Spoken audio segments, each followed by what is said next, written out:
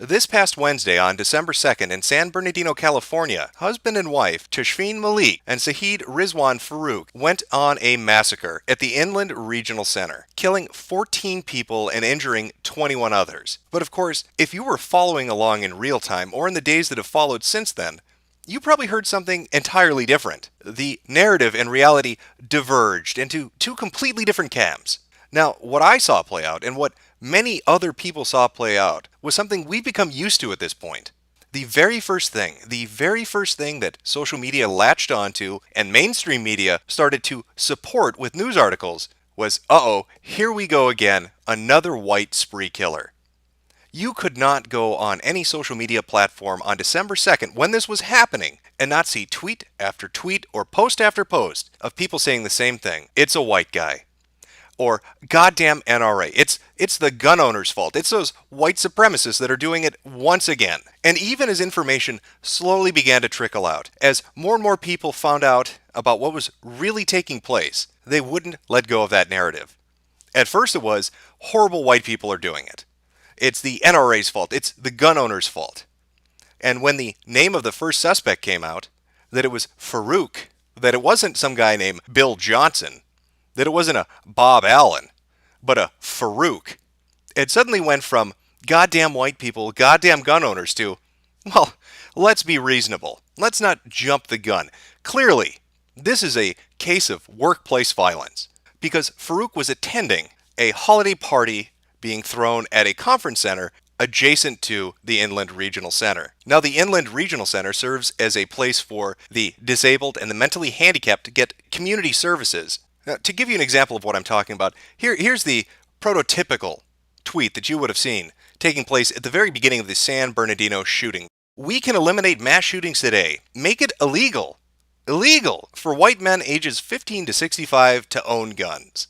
And of course, what happens moments after the name of the suspect is released? When people find out it's, again, not a John Smith, but a Saheed Farouk, it goes from goddamn white people to the guns that were used to murder these disabled people were bought legally.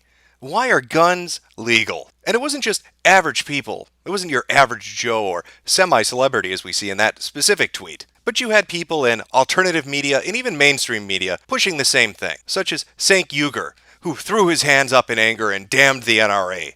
Take away the guns, he screamed. Take them away. That'll solve the problem. Get rid of the goddamn guns. It's the goddamn NRA.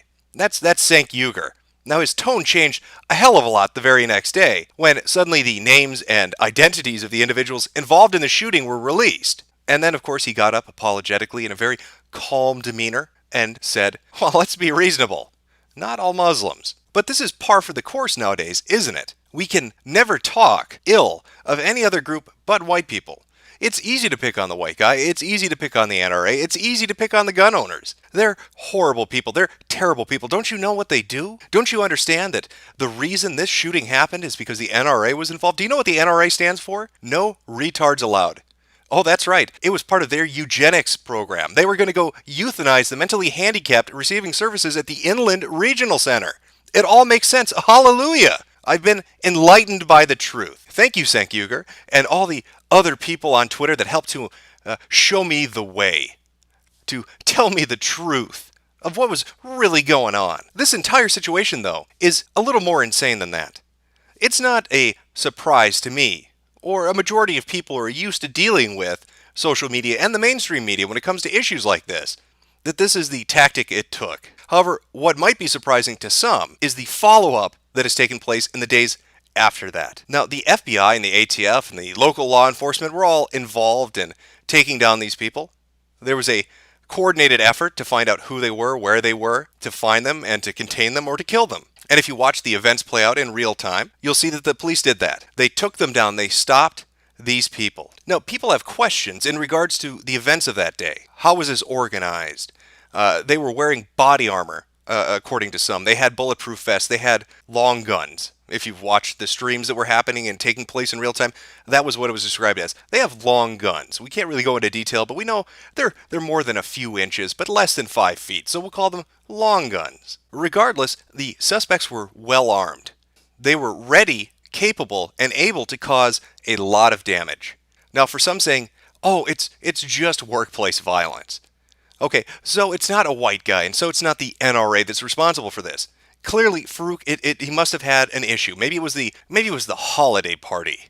Maybe that was insulting to his religion. Well, I'm sure Bill O'Reilly's probably having an orgasm that could be heard in space. It's a war on fucking Christmas, in the very literal sense, according to people that think this is workplace violence. I can see it now. Farouk shows up at the party and he sees holiday party, the most generic seasonal greeting you can come up with, really, strung up on the ceiling. And he says, that's it. These people, they have to die. I am offended. That holiday party sign, that offends me. So I'm going to murder 14 people and shoot 21 others. That's a reasonable response. And I just so happen to have armor that I can wear, long guns that are ammoed up and ready to go, and somebody willing to come with me. Because, I think everybody here can agree that we have some pretty shitty bosses. And I've had a lot of friends say, you know what, Jim? I had a really bad day at work. My boss is a dick. And you know what my first response is? Let's get the guns and go fucking shoot the place up. That makes sense. That was what Malik was going to go do. Oh, my husband's had a bad day at work. Let's go kill some people. Now we fast forward a little. We're on December 3rd. It's a Thursday. What's happening? Well, the FBI is in charge. They're taking a look at the crime scene. They're scouring for evidence. They find the home of the suspects and they go in and they start to gather and they do what they normally do. Police are following down leads. They're investigating as best they can. And even more information begins to come out. It turns out that Saeed Rizwan Farouk was an American citizen, but his wife was not. She was born in Pakistan. She traveled with a Pakistani passport, and she grew up in Saudi Arabia. Now, he had met her a year previously, gone over there, and some have speculated they married over there, and then he brought her over here and went through the visa program and had another marriage ceremony, and got her legalized, or put on at least a temporary visa in, I believe, July of this year.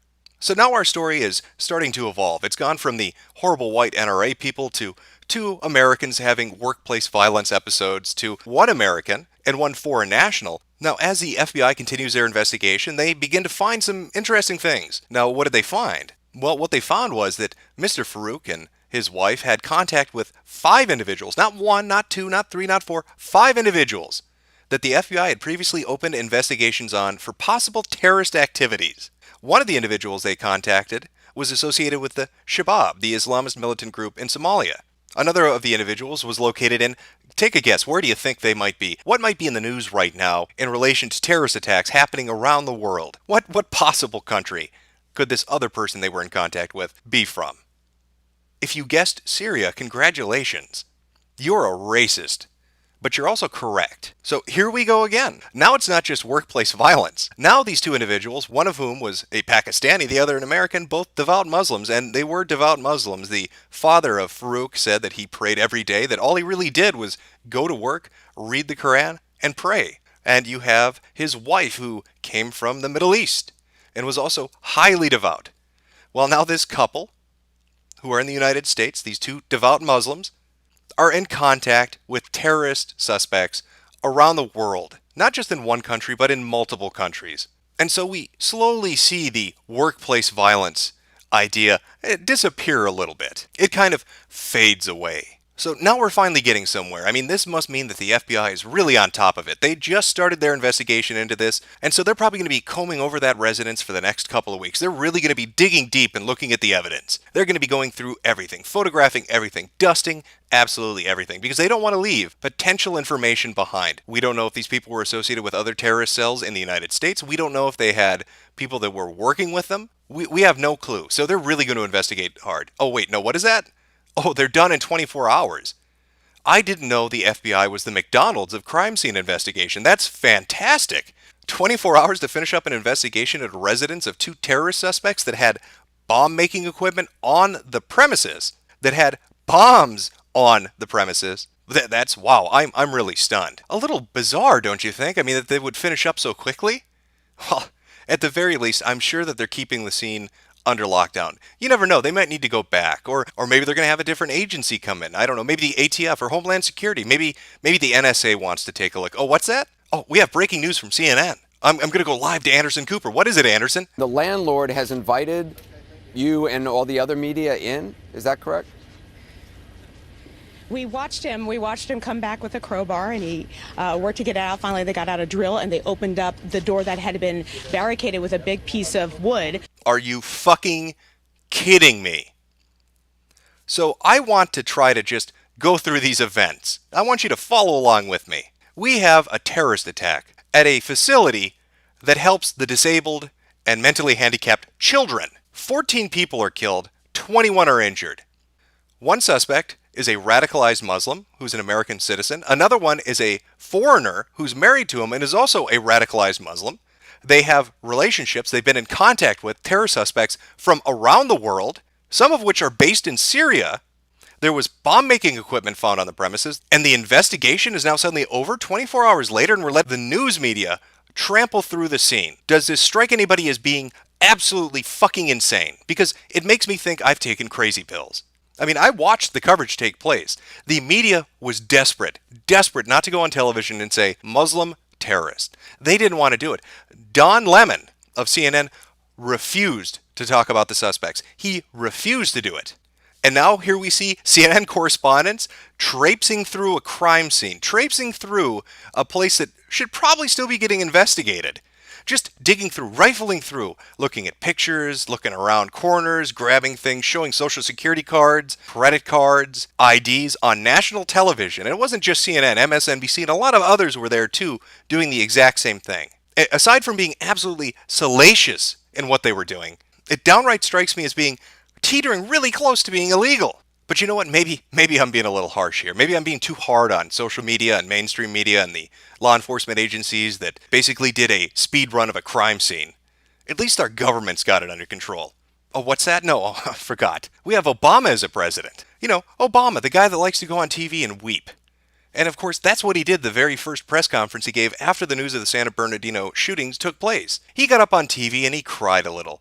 And he told us how guns are bad. The same message he likes to put out there every time something like this happens. If it wasn't for those goddamn guns, America, we would be living in a utopia. All our societal ills would disappear and we'd be singing and running and dancing through the streets. And of course, he didn't really touch on the potential identities of the people involved.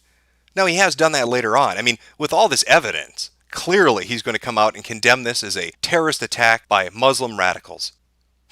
Who am I kidding? No. He thinks it's possible. He's going to put that in the maybe category. I don't know. Could go either way.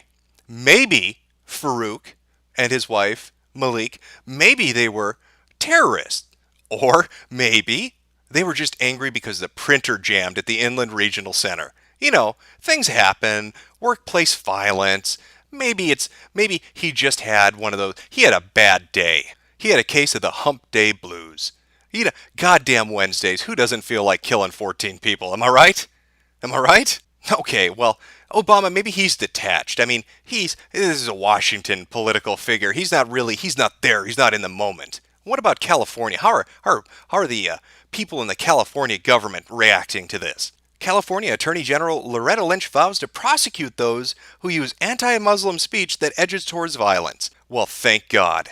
The biggest concern I had on my mind after terrorists attack the United States and kill innocent people is let's not hurt their feelings. Come on, guys. Don't you say those mean things. Think about how they feel. This is the reality we live in. Terrorists conduct an attack in the United States, and the first thing we do is blame white people. The second thing we do is blame the NRA. The third thing we do is blame gun owners.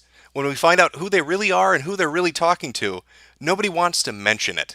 They want to avoid it. They don't want to call it terrorism or talk about Muslim extremists doing this. Instead, what they want to say is workplace violence. When they're finally forced to admit it because of more and more evidence that's coming out, they dance around the issue and then trample through a crime scene, contaminating any evidence that might want to be collected later on or influence. Here's a possible scenario. Let's say the FBI finishes up. Now, other terrorists that might be working with these people or associates of these people see the news media go into the place. And they see that, oh, look, they're pointing up at the ceiling. They know where the bomb cache was. So they probably have the bombs, they probably have the notes, they probably have information that we were relating back and forth between each other because I can see they drilled through that part of the ceiling. Thank you, MSNBC. Thank you, CNN, for broadcasting that on national television. So now, if they did have accomplices, if there were other terror cells that had some kind of contact or had some kind of relationship with them, they know where not to put their shit, and they know what might be compromised because you're showing them an inside view of the crime scene. That's brilliant.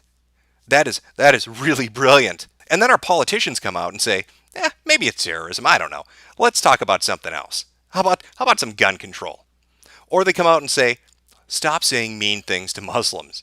We need to protect their feelings. Now, there were news stories that came out from neighbors saying that they wanted to report this couple for suspicious activity, but didn't. They didn't report them because they were worried that they would be branded racist, that it wouldn't be politically correct to talk about their concerns with law enforcement or with other authorities. That is the culture we have bred.